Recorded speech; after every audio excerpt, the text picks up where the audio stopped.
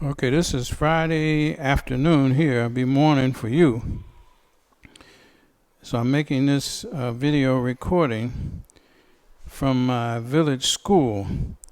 So it's possible that you will hear the sounds of goats as they call their children, and you will hear perhaps chickens, roosters, making sounds.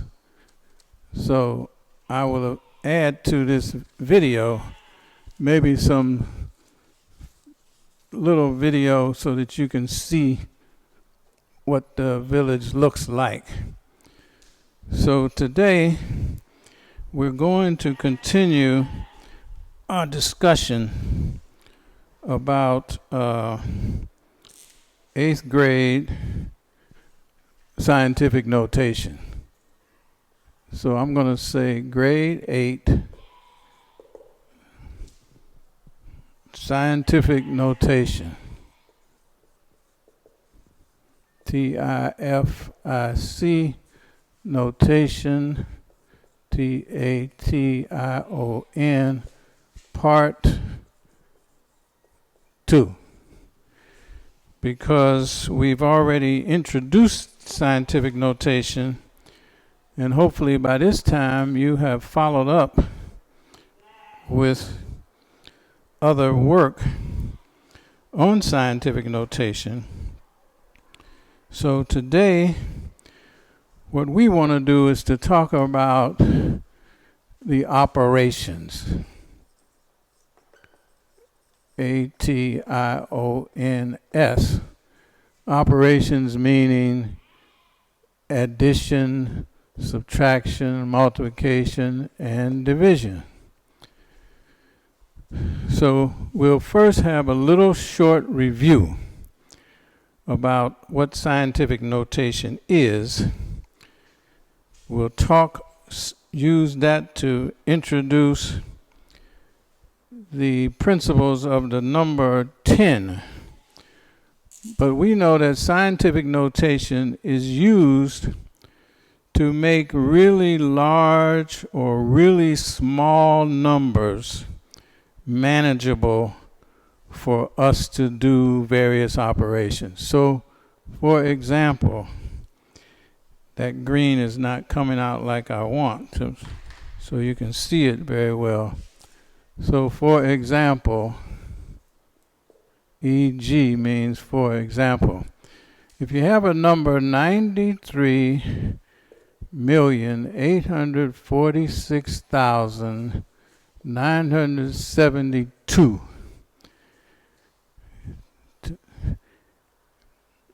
and it was something that we wanted to make smaller and make it more manageable, we would use scientific notation. Now this number, 93,846,972, we know has a decimal point, because we know that every number has a decimal point. If it's not shown to us, we know the decimal point is right here at the end of that number. And we know that if a number doesn't have anything after the decimal point goes invisible. But it's only when we need it for something that we know where it is. So it's like hidden, cloaked until we need it. So scientific notation of a very large number tells us that the way it works is a two-step process. First step, I'll say step 1, O-N-E, step 1, is to take the decimal point and move it all the way to the left until there's only one digit in front of it. And in this case, that digit would be this 9. So we have to move that decimal point to this spot. So we have 9.3846, 3846, 972. So step 2, I don't have a chalk tray here like we have at Wings Academy. So step 2 for this large number is to take this number, once I've moved my decimal point, 9.3846972, and multiply that times 10 to some exponent. And the exponent is derived by counting the number of spaces that I moved this. So I moved it 1, 2, 3, 4, 5, 6, 7 spaces. So this number in scientific notation is 9.3846972 times 10 to the 7th power.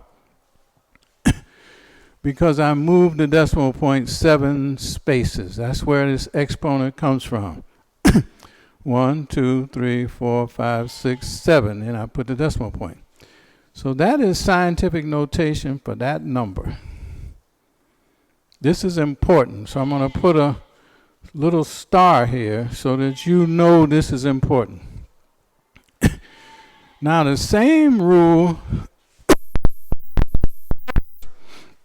let's say this number was, instead of what I have here, the number was, for example, e.g. number 2. So I'll say this is, for example, number 1. I had this very large number, 93 million.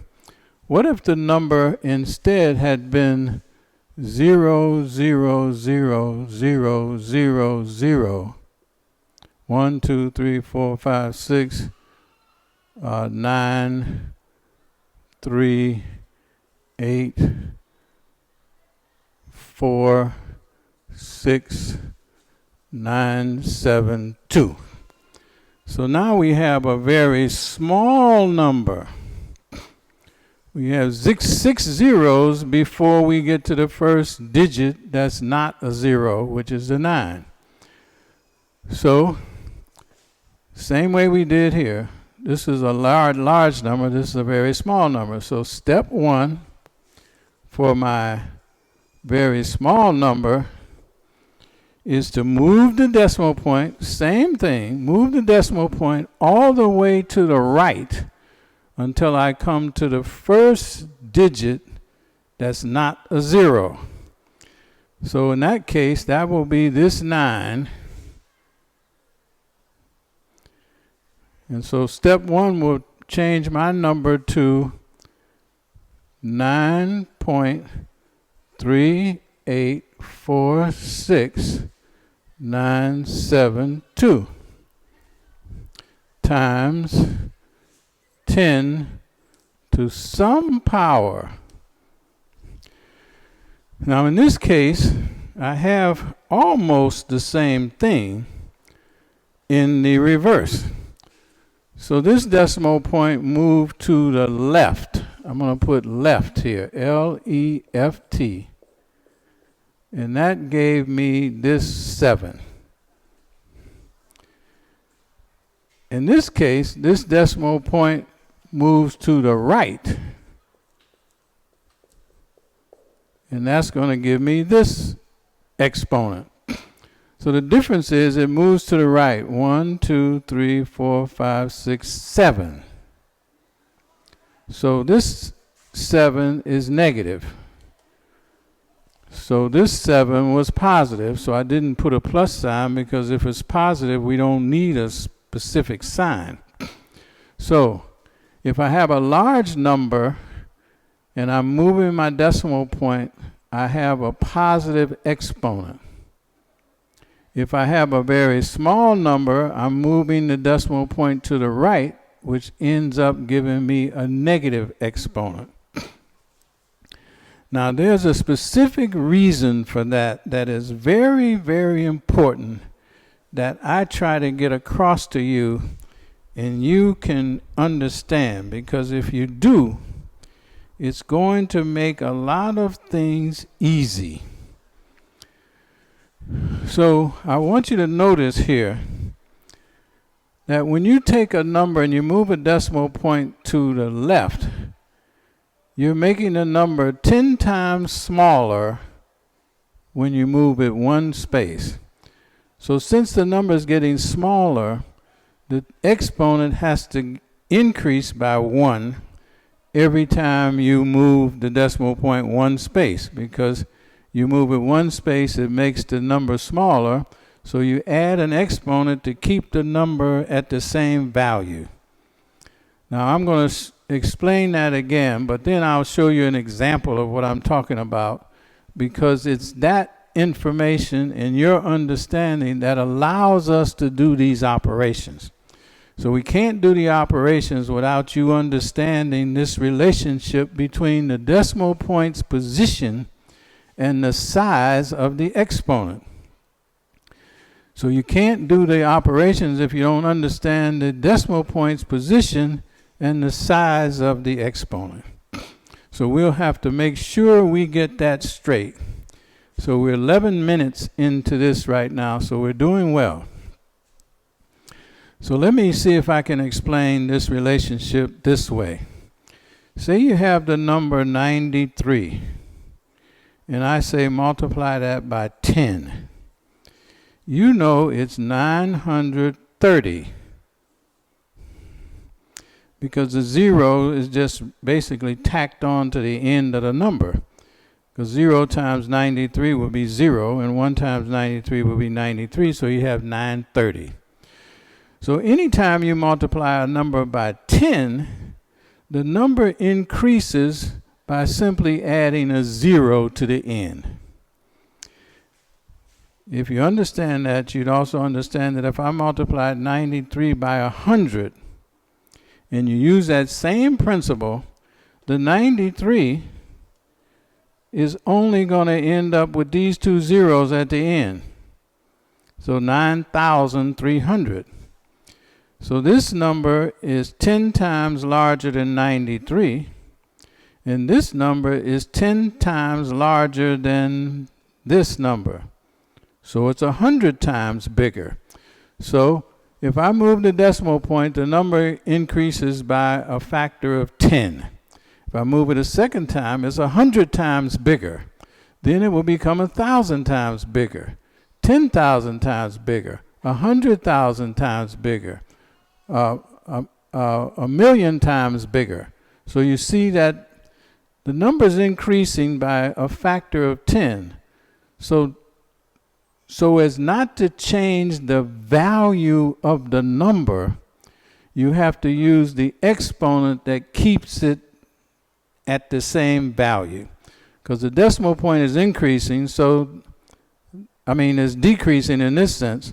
The number is becoming smaller every time you move the decimal point. So the exponent keeps the number at the same value. No different than if you take a $1 bill and you ask for change and you get 4 quarters. So the 4 quarters looks different, but the value is still $1. If you say, I don't need quarters, I need dimes. So the $1 you change for 10 dimes. The 10 dimes look different, but the value is still the same as $1. So when you move the decimal point, you're changing the value, the size of the number. To make sure it doesn't actually change, you use the exponent to keep it consistent. So we'll show some. So if you have a large number, here's what you really have to remember. Every time you move the decimal point one place, you have to increase the exponent by 1. So if I move, see, before we had this here at all, we had nothing. So if I moved the decimal point one place, I'd have to put a 1 here. So if I move 1, I have to put 1. If I move 2, now it's 2. If I move 3, now it's 3. If I move 4, now it's 4. If I move so forth and so on. So we moved 1, 2, 3, 4, 5, 6, 7 spaces. So we had to have a 7 here to balance it. Because this is getting smaller, but the 7 makes it bigger and it keeps it the same. So it's like a scale. So here, every time we move the the decimal point, we're increasing the size of the number. We're making the number bigger. So if we move this 1, we have to have a negative 1. Move it 2, a negative 2. Move it 3, a negative 3. Move it 4, 5, 6, 7. So we need a negative 7 to make sure the number is not getting bigger. So the negative 7 exponent keeps the number the same, keeps the value the same. So now, why do we need that? You'll see very clearly why we need it when we get to these two operations. Because we can do the operations of addition and subtraction with scientific notation, but only if the exponents on the number 10 are the same.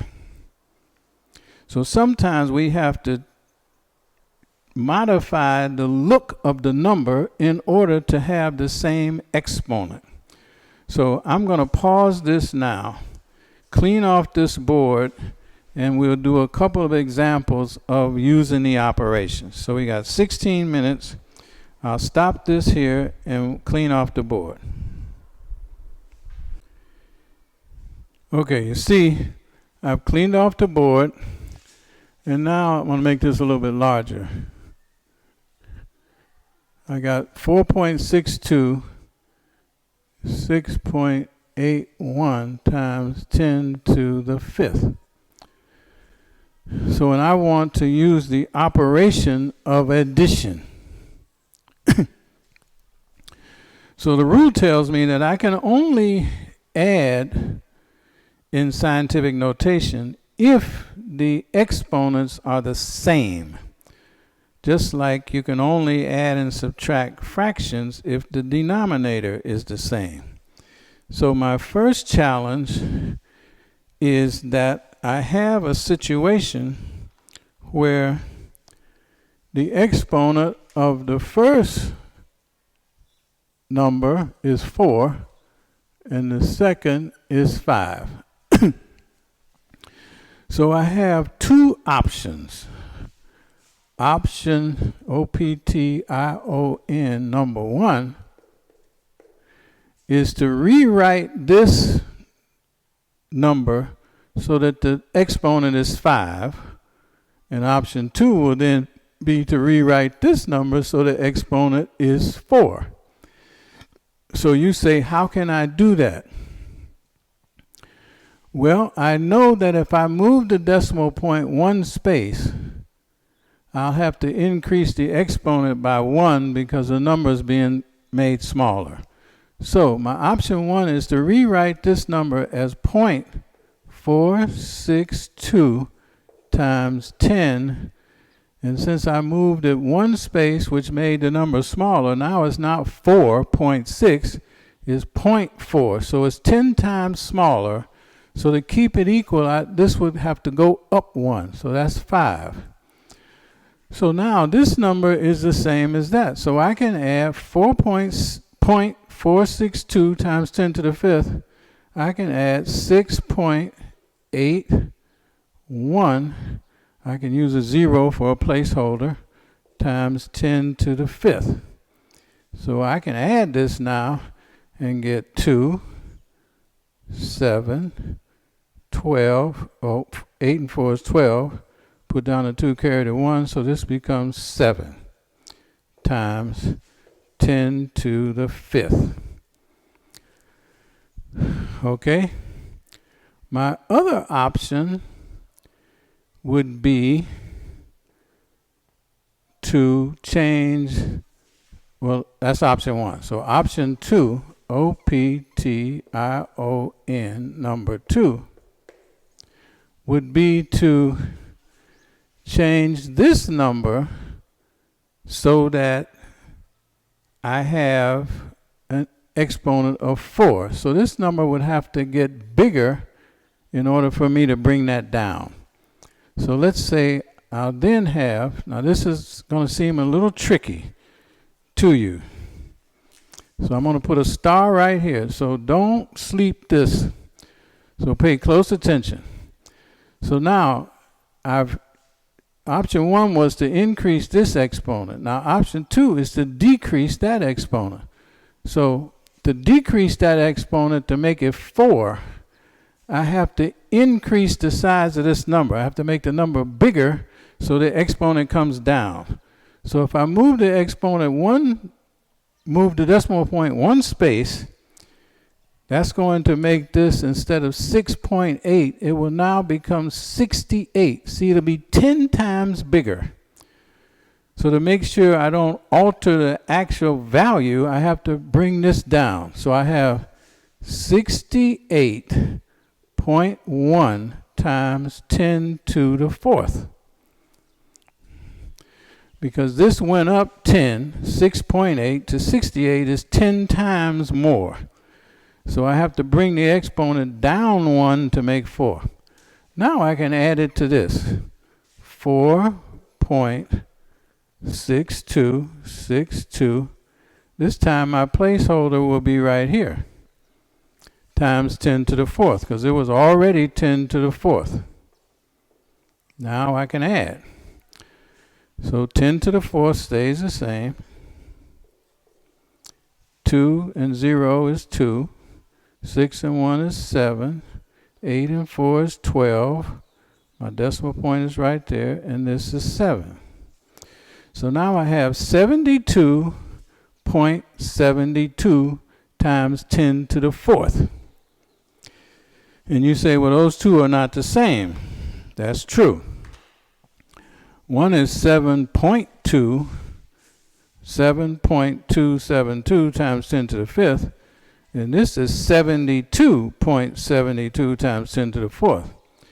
However, now this is what's important. However, this is not scientific notation. You say, why is that? Because scientific notation says that the decimal point has to be behind the first and only digit. So in order for me to convert this to standard scientific notation, I have to move this decimal point 1 place, because now there's only 1 digit in front of it. Before there were 2. So now there's only 1. And since I made the number smaller, see, 7.2 is 10 times smaller than 72. So since I moved this 1 space and made it smaller, I have to increase this exponent by 1 to keep the value. So now I have, when I do that, I have 7.272 times 10 to the 5th. So I've moved this and made it smaller. I have to increase the exponent now to keep it the same. So now I have a match. 7.272 times 10 to the 5th. 7.272 times 10 to the 5th. So now I'm good. So when you're adding or subtracting, the same thing would apply. By add or subtract, you have to maneuver so that the two exponents, or if it was 3, they would all be the same. Even though you can only add 2 things at a time or multiply 2 things at a time. That's why we say it's a binary operation. So binary, B-I-N-A-R-Y, means you can only do 2 at a time. If it was trinary, you could do 3 at a time, but it's binary, so you can only add 2 numbers at a time, subtract 2 numbers at a time, multiply 2 numbers at a time, divide 2 numbers at a time. So that's why we say they are binary operations, because you can only do 2 at a time. So now let's pretend that